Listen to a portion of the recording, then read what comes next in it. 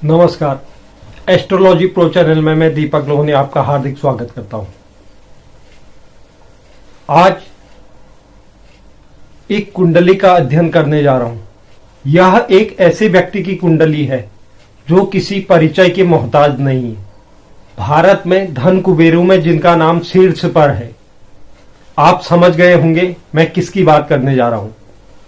मैं देश के सबसे बड़े बिजनेसमैन मुकेश अंबानी की बात करने जा रहा हूं।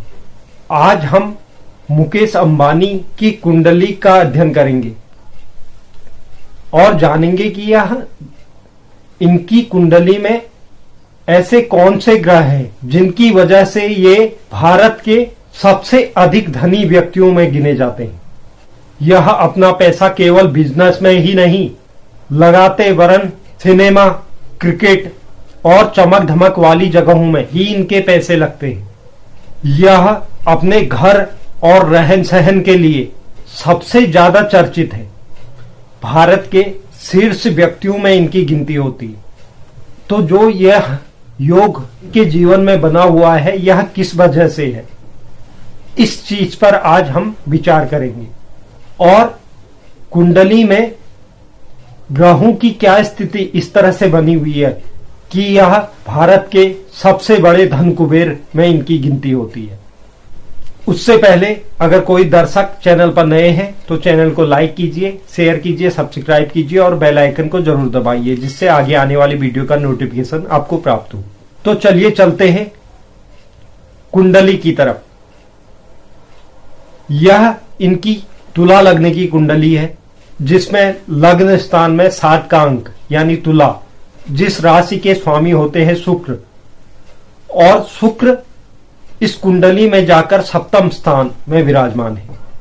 और शुक्र के साथ इस भाव पर सूर्य, बुध और केतु भी विराजमान है। सप्तम स्थान यानी व्यापार, दाम्पत्य। और जो तुला लग्न की कुंडली है उसके जो स्वामी होते हैं शुक्र, शुक्र यानी भोग विलास, सुख सुविधाओं के कारक ग्रह है। और जो साथ में सूर्य है, सूर्य इस कुंडली में सप्तम स्थान पर उच्च के होके बैठे हुए हैं।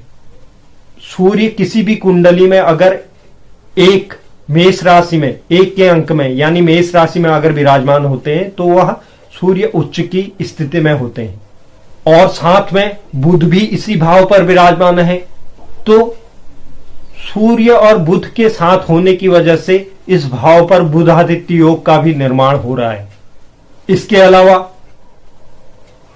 शुक्र और बुध की युति से लक्ष्मी नारायण योग का निर्माण हो रहा है। हालांकि इस भाव पर केतु भी है। केतु ने सूर्य को ग्रहण और बुध को जड़ और शुक्र को अभोतक दुर्योग भी लगा दिया है। लेकिन ध्यान रखने वाली यह बात है कि यह दुर्योग तो अवश्य लगा है, लेकिन केतु के लिए ज्योतिष शास्त्र में कहा गया है यह जिस ग्रह के साथ बैठते हैं उसके फलों में कई गुना वृद्धि कर देते हैं, उस ग्रह के फलों को कई गुना बढ़ा देते हैं। क्योंकि ज्योतिष में राहु और केतु को स्वतंत्र महादशाएं दी गई है, लेकिन यह एक छाया ग्रह है और यह जिनके साथ बैठते हैं उस ग्रह की छाया बन जाते हैं और उसके अनुरूप ही अपने फल देने प्रारंभ कर देते हैं। आज जो चर्चा का विषय है यह धन कुबेर क्यों बन गए। अभी दुर्योग की बात ना करते हुए यह धन कुबेर क्यों बन गए इस बारे में बात करेंगे। इस कुंडली में सप्तम स्थान में सूर्य उच्च के होकर बैठे हुए हैं। यह व्यापार का भाव है और सूर्य की जो सप्तम दृष्टि है वह लग्न भाव पर भी पड़ रही है, जिसकी वजह से इनका व्यक्तित्व अत्यंत प्रभावशाली, यहां पर बैठे हुए सूर्य ने उनके व्यक्तित्व को अत्यधिक प्रभावशाली बना दिया है। और साथ में बुध ग्रह भी विराजमान है। बुध को व्यापार का कारक ग्रह माना गया है और वह व्यापार भाव में ही स्थित है और सूर्य के साथ मिलकर बुधादित्य योग का भी निर्माण कर रहे हैं। तो उनके व्यापार में वृद्धि होना स्वाभाविक है। साथ में शुक्र भी उस ग्रह में विराजमान है जो मैं आपको बता चुका हूं। ऐश्वर्य, भौतिक सुख सुविधाओं, लग्जरी लाइफ के कारक ग्रह हैं शुक्र। रहन सहन, भौतिक सुख सुविधाओं और पैसा कमाने के साथ साथ अपनी सुख सुविधाओं में भी पर्याप्त मात्रा में उस धन का इस्तेमाल यह करते हैं। देश में और भी धनी आदमी हैं, जैसे रतन टाटा। आगे आने वाले समय में मैं उनकी कुंडली भी आपके समक्ष रखूंगा। लेकिन जो मुकेश अंबानी है वह अपनी सुख सुविधाओं, अपने लग्जरी लाइफ, अपने घर मकान, उसमें जो सुख सुविधाएं उन्होंने उपलब्ध करवाई हैं, अपने व्यापार, इस चीज के लिए यह जाने जाते हैं। इसका कारण यही सप्तम स्थान में बैठा हुआ शुक्र और जो पराक्रम भाव में चंद्र विराजमान है और उन पर आय भाव से देवगुरु बृहस्पति की पंचम दृष्टि पड़ रही है, जो देवगुरु बृहस्पति की स्वराशि है, और अपने भाव में वह दृष्टि डाल रहे हैं पराक्रम भाव में। तो उनके पराक्रम को देवगुरु बृहस्पति ने 4 गुना ज्यादा बढ़ा दिया है। गुरु की दृष्टि की वजह से इस कुंडली में नवम पंचम का संबंध भी बन रहा है। गुरु इस कुंडली में आय स्थान में वक्री होकर चंद्र पर अपनी पंचम दृष्टि डाल रहे हैं, जिससे उनके पराक्रम में निरंतर वृद्धि देखने को मिलती है। और देवगुरु बृहस्पति आय स्थान में बैठकर अपनी सप्तम दृष्टि शिक्षा ज्ञान भाव पर डाल रहे हैं, तो इनके ज्ञान में वृद्धि। इसके अलावा इनकी जो नवम दृष्टि है वह भी व्यापार भाव पर पड़ने जा रही है, जहां पूर्व से ही सूर्य बुध द्वारा बुधादित्य योग का निर्माण है और शुक्र और बुध द्वारा लक्ष्मी नारायण योग का निर्माण है। ऊपर से उसमें देवगुरु बृहस्पति की दृष्टि।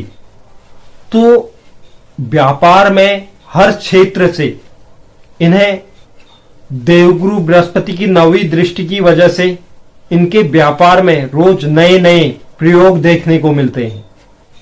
और ऐसा भी नहीं है कि यह सफलता के शिखर पर है, तो इन्हें जो कुंडली में स्थित ग्रह हैं वह प्रभावित नहीं करते होंगे,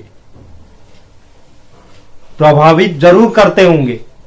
ध्यान रखने वाली यह बात है कि इनके साथ करोड़ों लोगों का भाग्य जुड़ा हुआ है। यह जो इनकी कुंडली में दुर्योग बना हुआ है, आप इसे ध्यान से समझिए। ज्योतिष इन्हीं चीजों को समझाता है। अगर कोई व्यक्ति किसी के भाग्य को लेगा तो वह पूर्ण रूप से उसके भाग्य को नहीं ले पाता है। केवल मुकेश अंबानी की भाग्य की वजह से उनकी इतनी वृद्धि हुई, या उनका कुछ अगर नुकसान होता है तो उन्हीं की भाग्य की वजह से होता है, यह भी संभव नहीं है, क्योंकि इनके साथ करोड़ों लोगों का भाग्य भी जुड़ा हुआ है। आप इस चीज को समझने का प्रयास कीजिए। जब आदमी व्यापार करता है वह एक ही भाग्य से नहीं होता है, उसके साथ जितने लोग जुड़ते जाते हैं सब लोगों का भाग्य उस व्यापार में साथ देता है। अगर कुछ लोगों का भाग्य खराब होता है तो उसकी वजह से नुकसान भी उठाना पड़ता है, और कुछ लोगों का भाग्य अगर अच्छा होता है तो उसकी वजह से फायदा भी प्राप्त होता है। तो यही स्थिति, यह दुर्योग का असरकारक कम होना, यह भी इस क्षेत्र को दर्शाता है। अब बात करते हैं इनके धन भाव की, जिसकी वजह से यह धन कुबेर बने हुए हैं।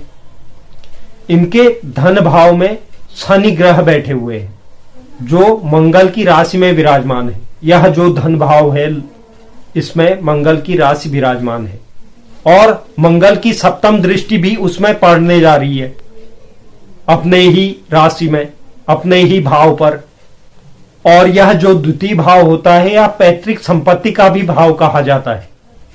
तो पैतृक संपत्ति की बात करें तो आज मुकेश अंबानी जहां भी हैं, जिस शिखर तक पहुंचे हैं, उसमें कहीं ना कहीं उनके पिताजी धीरूभाई अंबानी का भी बहुत बड़ा योगदान है।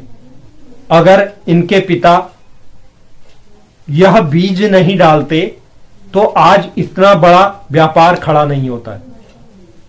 तो इसमें यह जो पैतृक संपत्ति भाव होता है, इसमें शनि का बैठा होना, मंगल की उस पर दृष्टि पड़ना, तो यह कहीं न कहीं उनके पैतृक संपत्ति को भी दर्शाता है।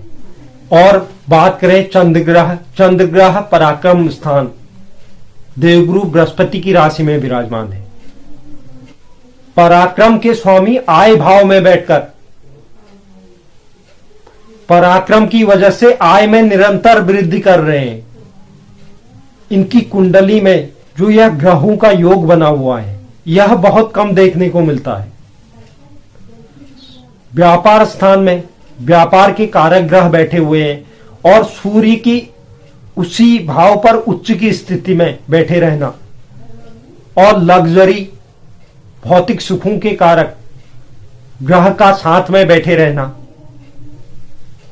धन भाव में शनि का बैठे रहना और मंगल की उस पर दृष्टि होना, पराक्रम भाव में चंद्र का बैठा रहना और देवगुरु बृहस्पति की उनकी अपने राशि में दृष्टि होना, तो यह कहीं न कहीं इस कुंडली को बहुत महान बनाते हैं।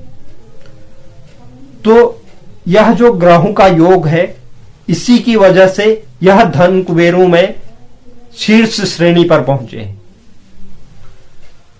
तो यह कुंडली आपके समक्ष लाने का मकसद मेरा यह था कि ग्रहों की कौन सी ऐसी स्थिति होती है जो व्यक्ति को शीर्ष तक पहुंचा देता है।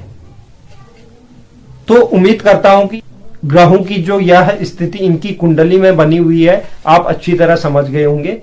और आगे भी मैं कुछ ऐसे प्रभावशाली व्यक्तियों का कुंडली का अध्ययन आपके समक्ष रखूंगा और उम्मीद करता हूं कि आपको यह पसंद आया होगा और आगे आने वाले समय में भी मैं इसी तरह के वीडियो आपके लिए लाता रहूंगा। जो दर्शक मेरे चैनल पर नए हैं, चैनल को लाइक कीजिए, शेयर कीजिए, सब्सक्राइब कीजिए और बेल आइकन को जरूर दबाइए, जिससे आगे आने वाली वीडियो का नोटिफिकेशन आपको प्राप्त हो। धन्यवाद।